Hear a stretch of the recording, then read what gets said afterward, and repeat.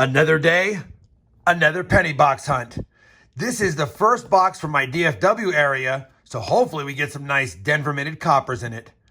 Box 7 of this Lincoln penny hunt and album fill next.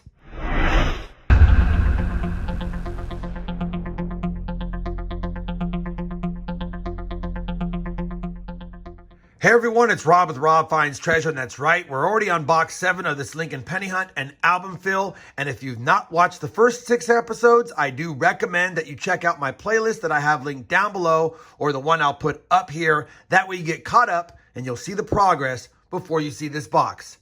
Now, if you're all caught up, you'll remember we left off after the 6 Connecticut boxes with 112 of the 234 spots filled in this album. We do have a little tube of a few extra cents that we could have added, but I'm holding out for better Denver minted ones that I should be able to find in my box. Now, there's a lot of copper cents in pretty nice shape, and there's a few rougher ones. So anything with the Denver mint or any nice coppers I'd like to add, as well as a lot of the Denver minted wheat cents. Now, I average about 8 wheat cents in my boxes, sometimes north of 10, but about 8 to 10 per box. So hopefully we get at least that many. If we get more, that'll be awesome.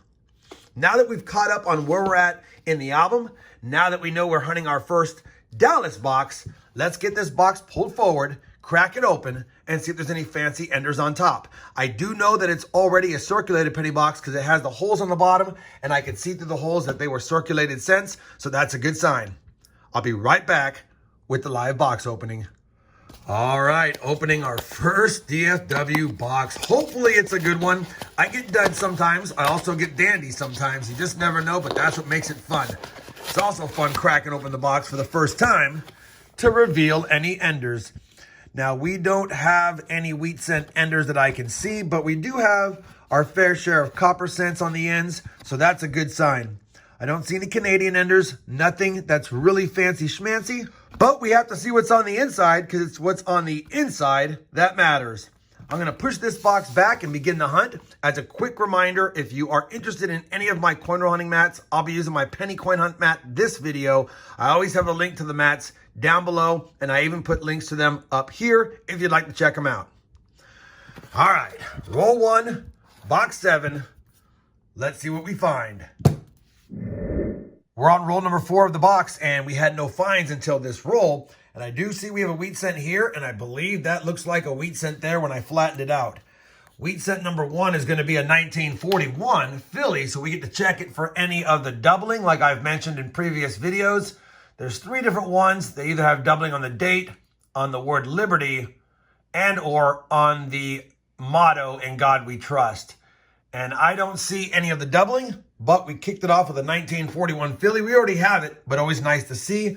And while I have you here, let's take a look. Yes, we have a second wheat cent. Wheat cent number 2, 1945. We also have that one, but 2 wheat cents, 4 rolls in. Roll number 17, and I have a find I don't get too often in my boxes. It's just a young head Canadian cent, but I don't see a lot of Canadian cents, let alone laureate portraits or young heads, and it is a 1955. So we'll take it, add it to the board, and look for more wheats. Same roll, and we're going to have our 3rd wheat cent of the box, and it's a 1956 Denver, which we know we already have. Roll number 19 is going to have 2 more wheat cents for 4 and 5. The first one was facing me obverse. It's a 55D. We already have it, thank goodness, because this one's pretty trashed, but we'll take it anyway. And we have another one that I spied right back here. Wheat cent 5 is a 51D. Maybe we need it, but either way, 5 after 19 rolls. Roll number 27, wheat cent number 6. Which year is this one? 51S, I believe, and I think we actually have a 51S. I'll have to double check, but we'll take it regardless, and that now makes 6 through 27 rolls. Roll number 34 is going to provide us with wheat cent number 7, and number 7 is going to be a 42D. We might need a 42D. That's the second oldest of the box with a Denver mint, though, so be curious to see if that adds to the album. Roll 37, Wheat cent number 8, and it looks pretty good by the reverse, probably in the 50s. 58, Philadelphia. Roll 38. Wheat cent number 9, 1 away from double digits. And that's going to be a 49D, and I'm pretty certain we're going to need that for the album. We'll take it.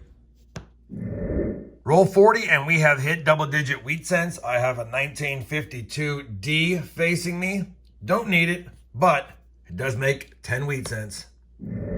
Roll 46 is going to have wheat cent number 11, and I already saw it. It's also a 46, which we have. 46 Philadelphia, 11 wheat cents. Roll 50, and we're going to have a parting gift near the end of the last roll of the box. It's going to be a dozen wheat cents, and this one is a 44 Denver. I think we need that. I'm not 100% sure, but I'm going to check for that 44 D over S. I have found one of those before, and there is some oddities, but it's not the 44 D over S for sure. I'll take it. 12 wheat cents. I'll finish the roll, come back with a wrap up, and then we'll check the album. Well, we finished box 7 of this Penny Hunt and Fill series, the first box from DFW.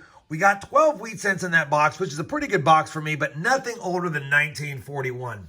There might be a couple of wheat cents I can add to the album, and that'll make me happy if we can do that. I did pull across some 80s and 90s and some 70s that we do need for the album, but judging by their condition, we may not upgrade any of them, or add any of them, I should say, and if not, they'll go in the tube until we find better ones. We also found one Canadian, a Laureate Portrait, 1955. We got 2 59s and 2 decent copper red cents that I'll probably add. We do need both of them. And 169S, not the DDO, not a bad example. I'll be keeping it. On top of that, we got our usual, I guess, half cup of copper. I don't get a lot of copper in my area because I've been pulling it out consecutively for over 3.5 years. So we do see a little less copper in my boxes than maybe in other areas. Let me go ahead and run through all these coins that I have laid out. See what we add. We're sitting at 112. Maybe we can get north of 115 to 118. Fingers crossed. Well, we've scoured through all the cents, and I know I said I might not have used some of the ones that I pulled aside, but after comparing them to the album, they don't look too bad. Obviously, the 89D is a little bit darker than the other ones, but it's still a nice example. So I plugged it in, and the 92D is a fantastic example, but it does have some discoloration on the side. Some of those will probably be upgraded in future box hunts, but at the end of the day, we were able to add 11 cents to this album. 11 total for now 123 out of 234. If you're wondering, we did add 3 wheat cents, a 42D, a 49D, and a 51S. I'll go ahead and show those to you really quick. The 51S we added right here. The 49D was placed here, and the 42D down here. So 123 out of 234, and we have one extra one left. Hopefully, we can find more Denver minted nice copper cents in my next box and possibly some upgrades. If you're enjoying this Lincoln Penny Hunt and Album Fill series, I would appreciate a thumbs up. And as always, everyone, happy hunting and thanks for watching.